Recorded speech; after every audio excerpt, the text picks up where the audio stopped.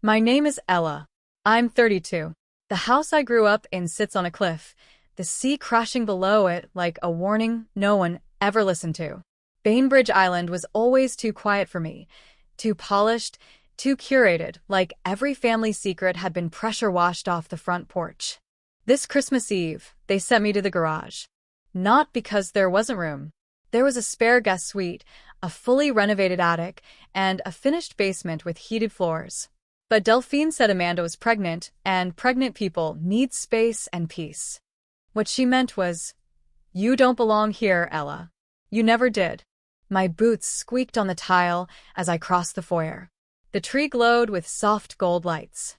Classical music played, low and elegant. The entire house smelled like cinnamon and generational wealth. "Your room's out back," Mom said without looking up from her tablet. "Try not to track snow into the mudroom." I looked at her. No eye contact. Just a slight twitch of her mouth, like she'd practiced this moment. "No worries," I said flatly. "I'll make myself small. Wouldn't want to contaminate the family narrative." No response. Delphine laughed from the dining room. She's always been dramatic. Remember when she tried to drop out of law school to paint murals in Morocco? Towns chuckled beside her. His watch caught the chandelier light. The kind of man who once cleaned up offshore assets for hedge funds and now gave TED Talks about ethical capitalism. He glanced at me, didn't recognize me. Perfect. I opened the garage door. The cold hit like a slap. A single space heater buzzed weakly in the corner. The cot was military issue, stiff and low. My name was written in Sharpie on a post-it stuck to the wall. A folded fleece blanket lay like a threat. I didn't react. Instead, I pulled out my encrypted device from the double lining of my coat. A 7-inch black matte tablet with zero branding. I booted into my private network. 3 pings lit up the screen. Urgent. Server authorization override attempted. Zurich node. Asset transfer attempt flagged. Masked under LK signatures. External access breach. Primary trust vault. Bainbridge node. Someone was in my system. Someone close. I tapped a command and encrypted the thread. The interface dissolved. I exhaled. Then came the vibration. One text. Unknown number. No preview. I opened it. "You were never supposed to come back. Don't make us finish what we started." I stared at the garage wall.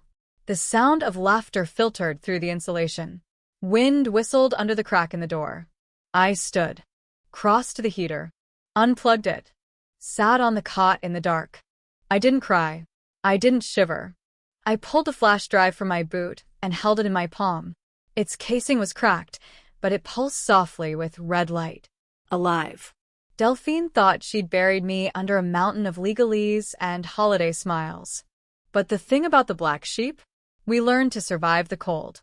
The garage door shut behind me like a vault, and for the first time in 5 years, I wasn't sure I was the one in control. I didn't sleep.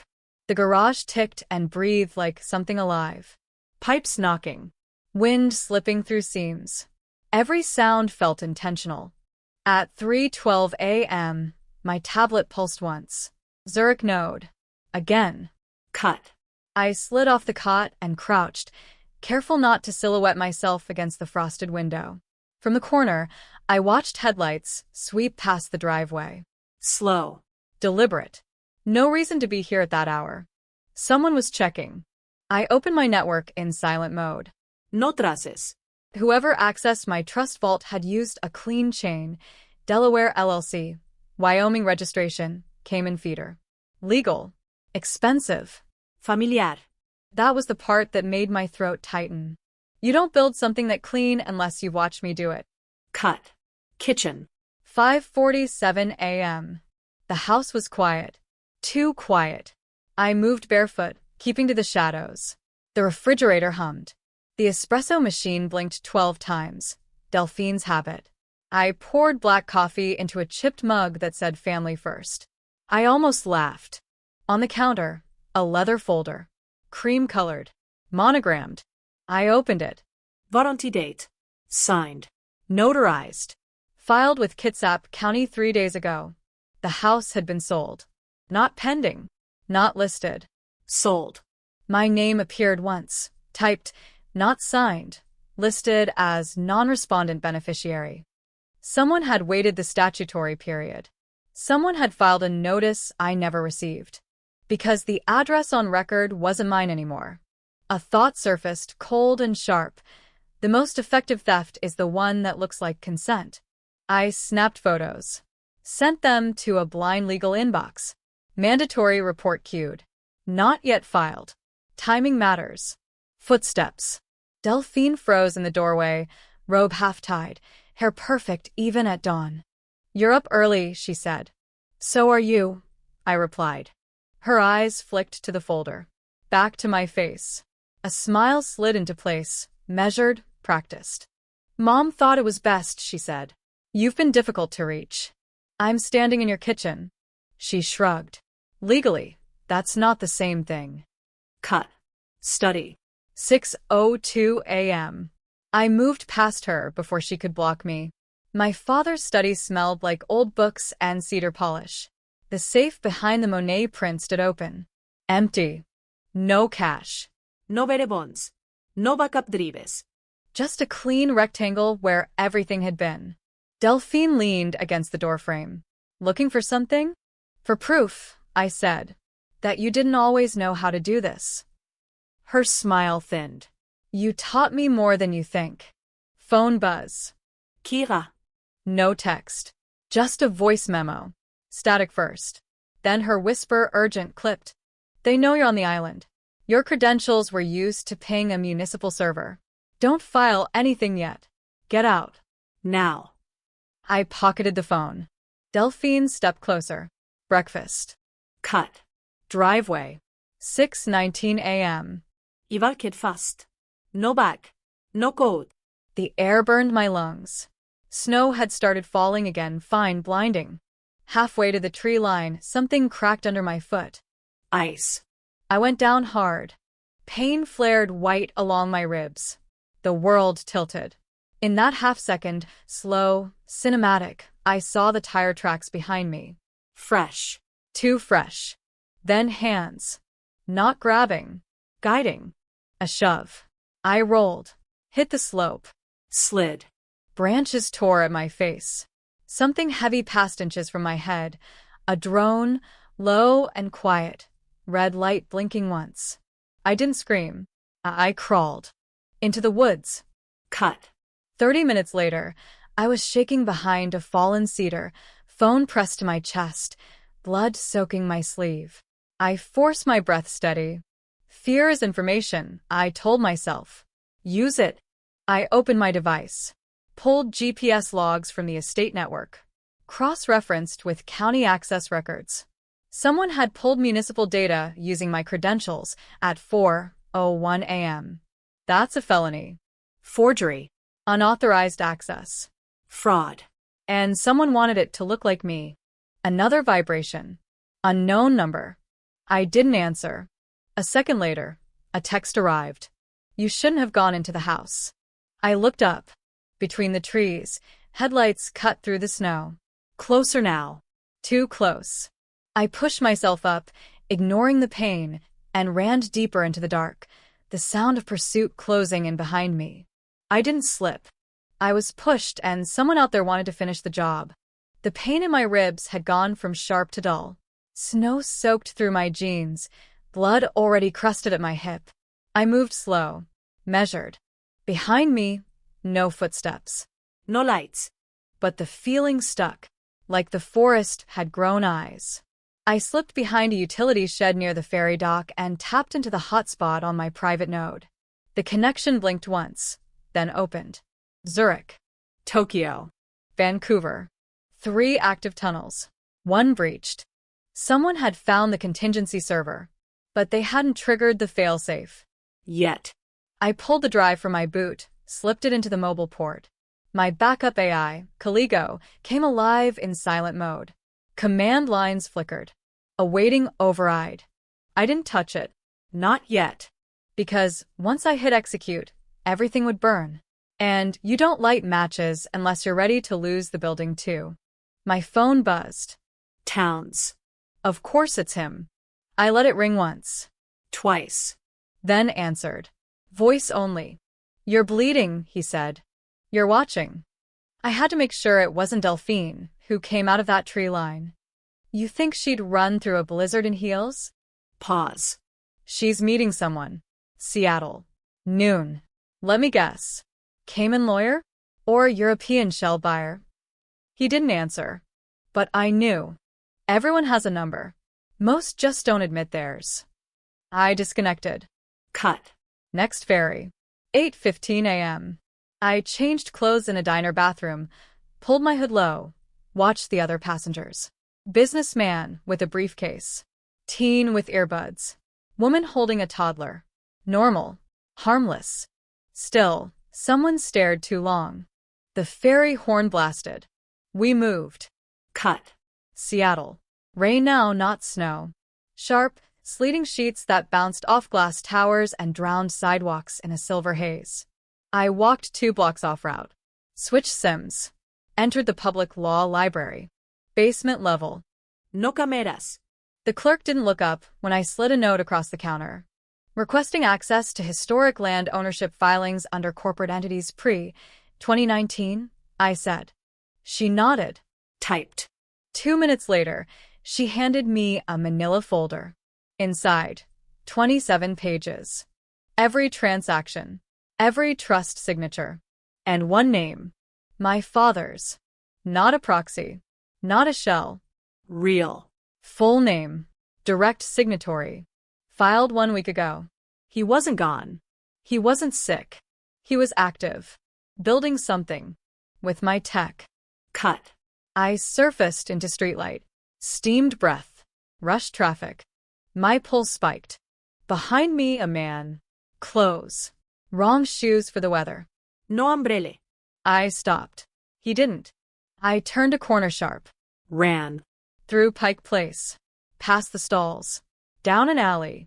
Climbed the fire escape. He didn't follow. But he didn't need to. Because on the rooftop, Towns was waiting. You picked a hell of a place for a meeting, I said, chest rising. I'm not here to negotiate. What are you doing here, then? He reached into his coat. Not a gun.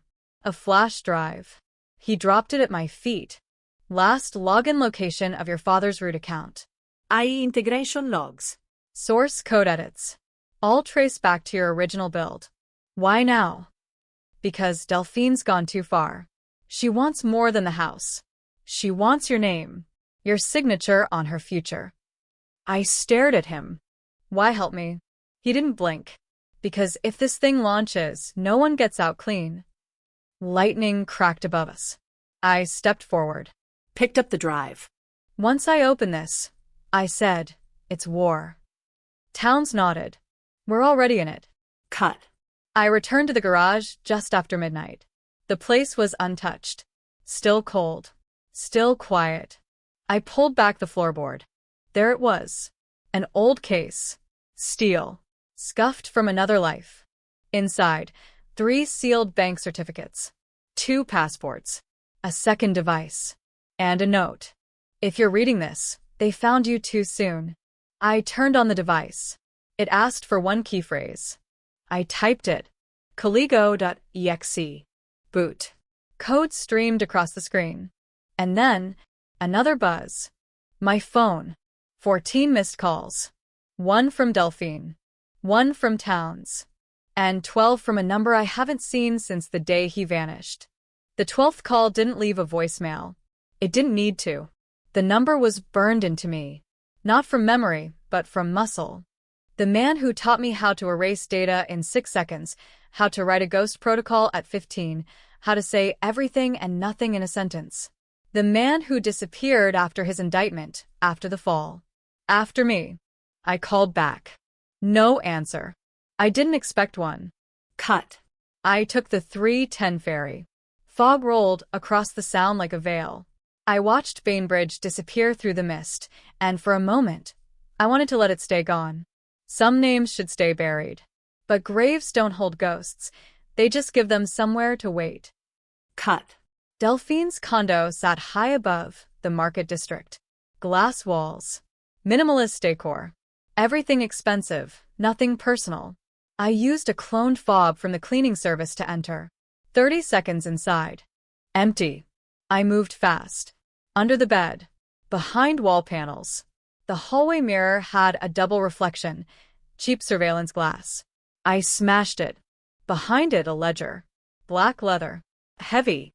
Inside, bank slips, trust agreements, a Cayman account number scrawled in red pen, and a second flash drive, tucked between pages like an afterthought. No label on the case, but on the file inside, data.ai. I ran checksum. My code, but restructured. Cleaner. Sharper. Annotated in a handwriting I hadn't seen in a decade. My father's. I blinked, the screen still glowing. No, not just built on my architecture. This was my build. He hadn't stolen it. He'd evolved it. Cut. The rooftop garden was slick with rain. I heard her heels before I saw her. Delphine stepped through the steam of a rooftop vent. No code. Just her silk robe, mascara perfect. I wondered how long it'd take you to break into my apartment, she said.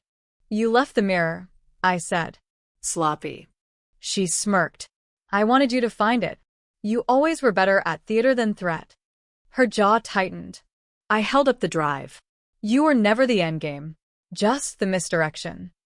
A pause. A flicker of something like regret or recognition. He was supposed to stay gone, she said. We made sure of it. I stepped closer. You never make sure of anything in our family. You just play dead until someone forgets to check for a pulse. She lunged. It wasn't graceful. It was fast. A knife from somewhere in her sleeve. I moved instinctively, grabbed her wrist, twisted. She stumbled backward into a planter. Cracked stone. Rain dripping through broken leaves. I should have left you in the garage, she hissed. You did, I said. And I turned it into a server room. She charged again. We hit the rail together.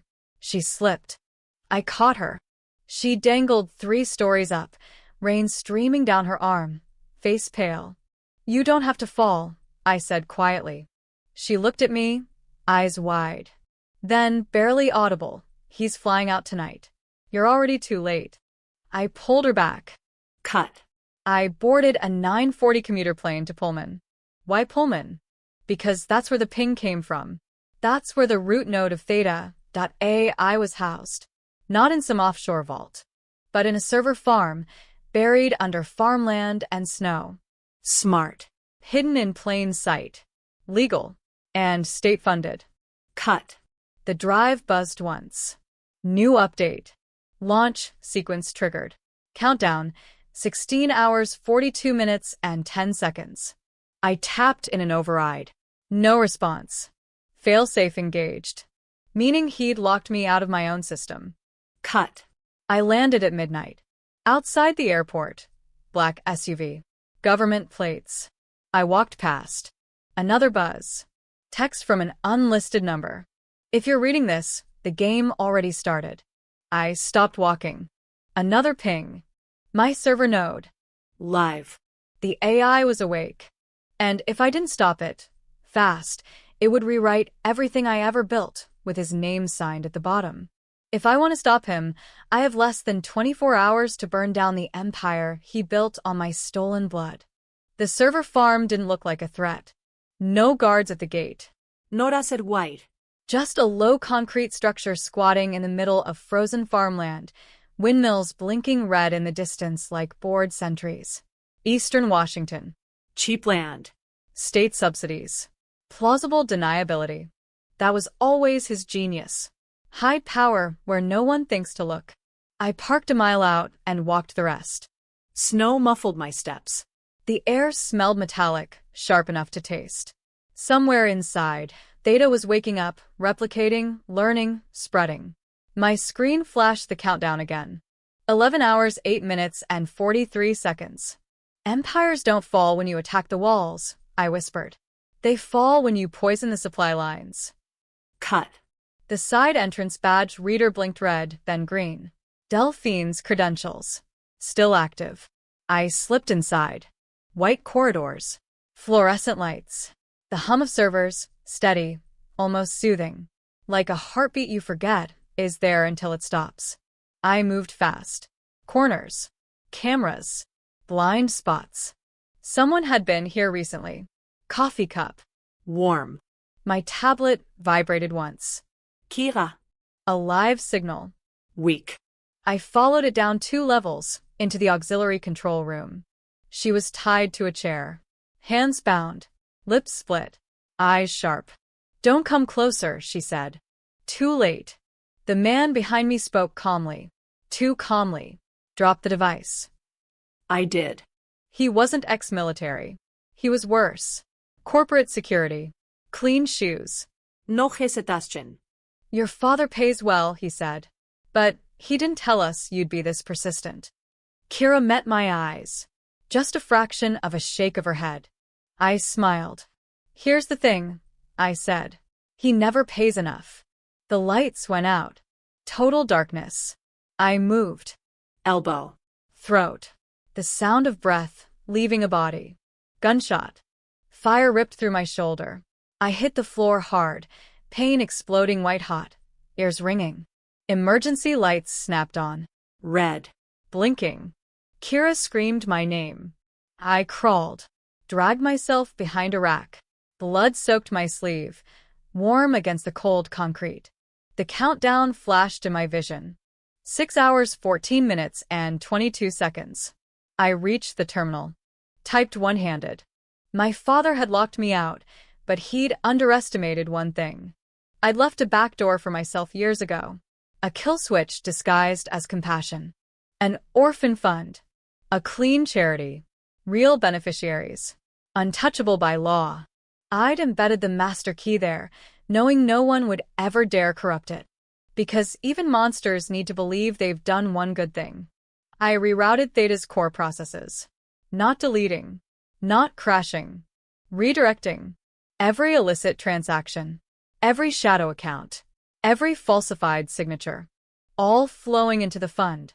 Every crime funding the cure. Sometimes, I gasped, fingers slipping on blood-slicked keys. The only way to win is to let the fire burn where it can't hurt anyone else.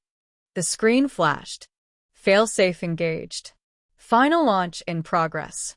My father's voice filled the room, calm, disappointed. "You always did hate finishing what you started." I laughed. It hurt. I learned from the best. Another shot. Concrete exploded inches from my head. Kira tackled the guard. They went down hard. I slammed the final command. Override. The system hesitated. For half a second, everything slowed, like the world holding its breath. Then, the countdown froze.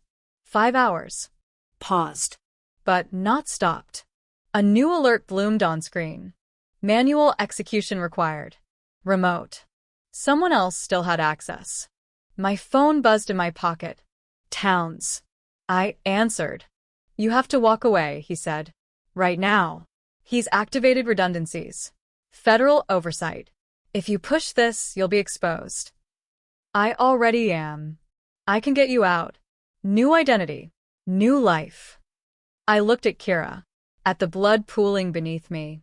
At the system my father built using my stolen mind. "People like us don't get new lives," I said quietly. "We just decide what dies with the old one." The line went dead. Sirens wailed in the distance. Not police. Private response. I hit execute. Pain flared again, sharp, deep. I looked down. Blood spread across the snow outside the loading bay, dark and fast. My legs buckled. I collapsed, breath ragged, vision tunneling. The countdown resumed. 30 seconds. I watched the numbers tick down, snowflakes melting on my skin, and whispered the one word that still had power. Override. I woke up in a dim room that smelled like antiseptic and fresh linen. Everything was gray. Even the light. No beeping monitors. No nurses hovering. Just the quiet hum of power somewhere behind the walls. Safe house. Underground. Private. A woman I didn't recognize sat in the corner, flipping through a medical chart. "You coded twice," she said without looking up. "But you're still here. Stubborn." "Lucky," I rasped. Not the word I'd use. Cut. I healed slowly. Too slowly for what was coming. I spent 4 days offline. No trackers. No tech. Just silence. Pain is memory's cruel translator. It repeats what you didn't want to hear the first time. You're already too late. He's activated redundancies. You always did hate finishing what you started. Cut. On day 5, I walked out. The air hit sharp, Seattle in winter. I wore black. Sunglasses. Low profile. But the world was different. The fund had gone public. Overnight. The press called it a digital miracle.